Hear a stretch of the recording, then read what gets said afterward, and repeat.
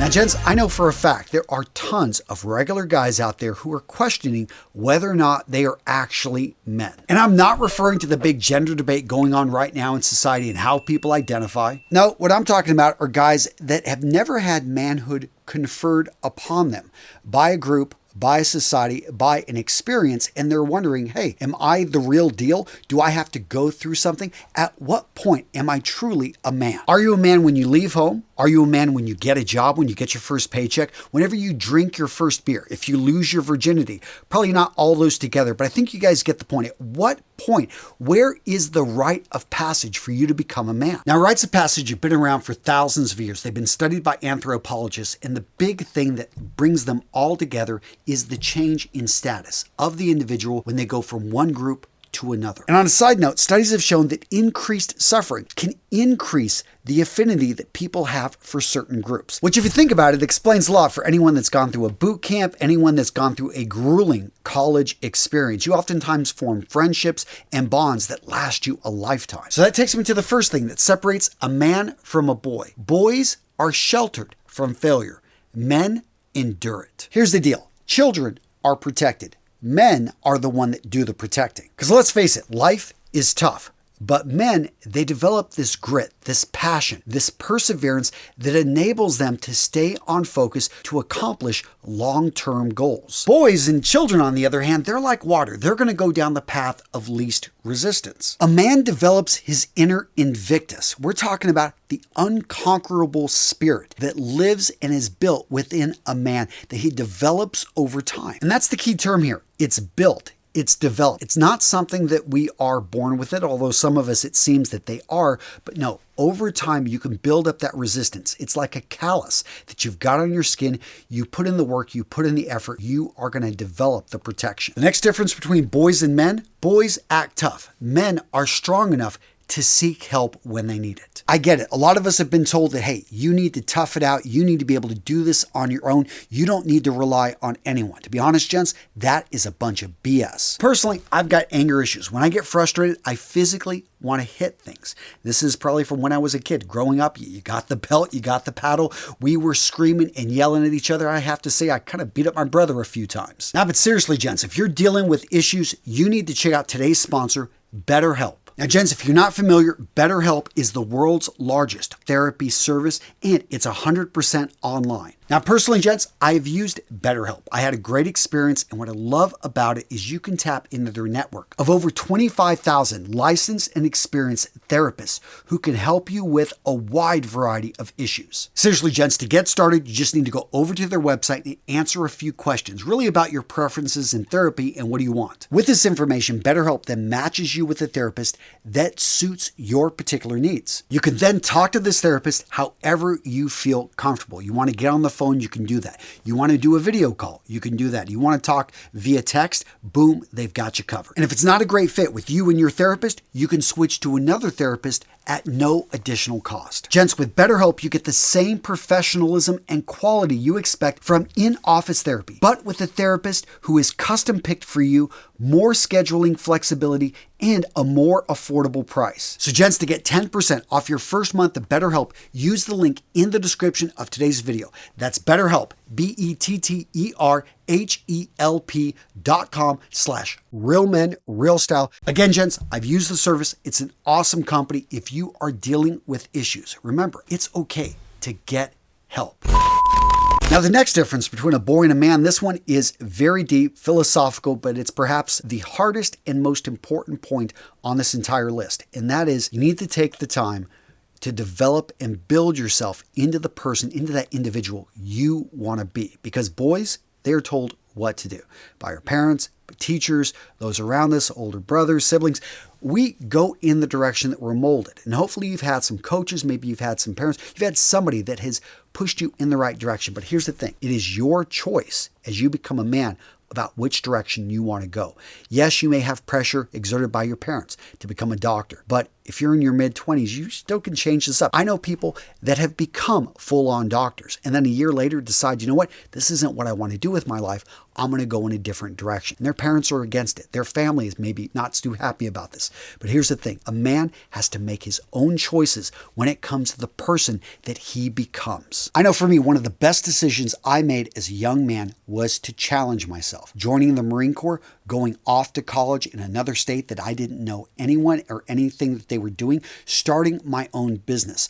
All of these things have defined me as a person, and I think these challenges, these trials, these things that really pushed me to the limit, they defined who I am by the way that I reacted, not what I accomplished, but the way I reacted to adversity and found ways to overcome, sometimes failing pretty bad, but always knowing that it's about how I react, how I pick myself up after that failure. The next big difference between a boy and a man is that you have the courage to defend your beliefs. That being said, there's a caveat here. You need to first defend your beliefs from yourself. And what I mean by this is that you need to challenge your own beliefs and really run them through the gauntlet. Because if you don't, you're going to be embarrassed, or worse, you are going to just be somebody, a tool, or basically an echo chamber for somebody that's using you if you don't truly understand what you're saying and what you believe. And we see this all the time in politics and religion, on the right and on the left. You see people that are blindly saying things that they have read, have had pushed on them by authority,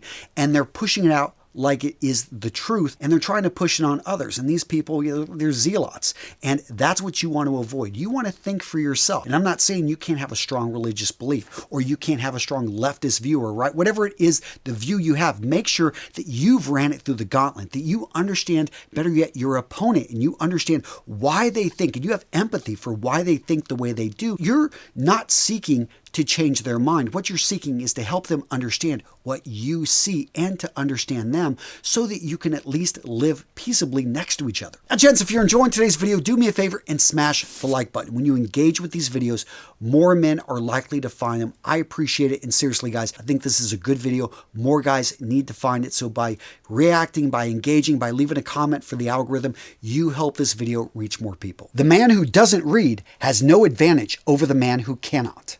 Mark Twain. I've always loved that quote, and it's made me always wonder why more people don't spend time reading and learning from the past. Now, personally, I love reading philosophy books, books on the different religions and the teachings that are taught throughout the world, but I get it, not for everybody. I would highly recommend find some great autobiographies. In fact, down in the comments, I want to hear from you guys. What are some of the best autobiographies that you have learned from? I know one of my favorites I read back in college, Catch a Fire, The Life of Bob Marley. I actually read it to impress a girl who was a big Bob Marley fan. And she actually was upset that I knew more about Bob Marley after reading this book. But I had never really understood, didn't even know who really the guy was. And instantly, I became a fan, not only of the music, but the lifestyle, his philosophy and approach. And it was unexpected. And that's what I love about reading history, reading these biographies, is you start to just understand people and you develop, I think, a greater sense of empathy and feelings for your fellow human beings. The next step for boys to become men is they should play on a team sport or work on a team that is close knit. So the military counts, other units that work really close. But I find that when people go through suffering, when people work hard, when you lose a game, I mean, you actually played amazingly well, but somebody else failed on your team or was injured or something happened that was out of control, you learn a lot about yourself. How do you deal with adversity? How do you deal with failure that had nothing to do with you, but had everything to do? You could easily blame that person, or you could realize, hey, it just wasn't their day. This easily could have been me. And these are the lessons we learn, because oftentimes we don't deal with it well. And you see how others react. You see the way that group mentalities and the love and the pain and the suffering that goes with it. It's an amazing thing. And you can join sports, a team at any point. You don't need to be a young man. You could be, in your 40s or 50s, and find a biking team, find a club that gets together, guys that go through this, that compete, have fun. Just find something that you work with others, you're depending on others, because that's, I think, when the magic happens. The next difference between a boy and a man is a man develops and works on becoming more self-reliant. I'm not saying you're fully independent, although some of you guys living up in Alaska, yeah, you are fully off the grid. Nobody needs to come bother you. But here's the reality, is that most of us do live in communities. Most of us do depend to a degree on others, but you still want to work to be relatively self-reliant. Can you actually do some repairs in your house? Now, I get it. A lot of you guys have limits. I know me personally, I'm not really touching electricity, but there are so many projects that you could take on, things that you could build, things that you could do. Maybe it's changing your own oil. Yes, it's probably cheaper and faster just to go in and get it done, but there's something it feels great to actually do some of these things and to know that in a jiffy, in a jam, you could get this done. Another great one, cooking. Now, I know some of you guys say, oh, it's a woman's job. That's a bunch of BS. To be able to feed yourself, especially to be able to feed yourself good food and to save money from not having to eat out all the time, to be able to understand the different ways to cook meat. I mean, I'm just getting hungry thinking about how you can take some basic ingredients and create amazing meals. And by the way, the ladies love the fact that, yeah, a man that can cook, oh yeah, it leads to magic. I've got 5 kids, trust me. The next big difference between boys and men is that men train themselves to control their emotions. Now, let's be clear. I'm not talking about keeping your emotions all locked up inside. No, the emotions I'm talking about are anger, frustration, jealousy. These can have you say things, they can have you do things that you will regret the rest of your life. And as a kid, as a young boy, I get it. You get frustrated, you yell out, you scream, but that becomes a habit and you need to train and condition yourself to not let what other people do to force you to react. Yes, you're on an airplane and that person, somebody's kicking the back of your seat. You want to turn around and smack them and hit them, but go down the path of less confrontation, maybe talk to the stewardess, ask the person, they're an a-hole, I get it, they're going to keep kicking your seat. Okay, can you move seats? But here's the thing, is when you fall into anger, when you fall into jealousy and you say things that you wish you could take back, you can't take back those words. You can't take back those actions, that pushing, that shoving, that punch. And that could change your life. And that's why you've got to condition yourself. You've got to train yourself to be able to control those things. So boys, they play games. Men, they develop skills that pay the bills. And here's the thing. A lot of people think that a job, that a career has to be soul-sucking. That is not the case. And I know a lot of you guys are in jobs that you hate. Well, here's the thing. Can you develop skill sets that are in demand in an industry that you really want to be in? Let's say you want to get into the movie industry. There's opportunity out there. Why not give it a shot? Why not find, there is a need for this type of actor. Maybe you've got certain skills, like when it comes to lighting. So specialize in a type of lighting that is needed in that industry. I have a friend in the Hollywood area. His company goes around just setting up lights. So he gets to meet all these movie stars. Really interesting industry. The guy is aging out, and there are tons of people that are looking to sell their businesses, are looking for great people to bring on. There's opportunity if you look for it. You just have to go out there and know, hey, I'm capable of this. Don't be afraid to develop those skills that can pay the bills and I think give you a happier, better life. Boys are braggarts. Men cultivate humility. Because here's the thing, is that life is going to hit you upside the head. You're not going to see it coming, and it's going to knock you down. And it is so tough for so many men out there that have these great skills. You're incredibly smart. You're incredibly good looking. You've got these skills on the playing field that nobody can touch you. But here's the thing, is that eventually it's going to fade. Eventually you're going to get older. Eventually you're going to find someone that's better than you.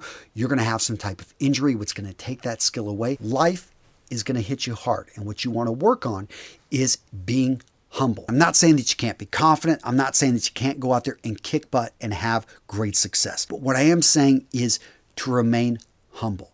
Don't be out there boasting. Don't be out there bragging. Don't be out there putting other people down because you are at a higher level. Because eventually what goes around comes around. Life is that circle, and you're going to find yourself down in a position, and you want to hopefully run into somebody that is a man that instead of spitting on you when you're down, will actually reach down with his hand and help pull you up. And that's, to me, what I love seeing, men that are at a higher level that are helping those around them, not kicking them down. All right, gentlemen, so what video to watch next? How about the harsh truths that every man needs to hear? Seriously, if you haven't heard these, well, yeah, come on, go check. It's a good video. Boom, you're going to enjoy it. Click right there. Boom, magic will happen. I promise.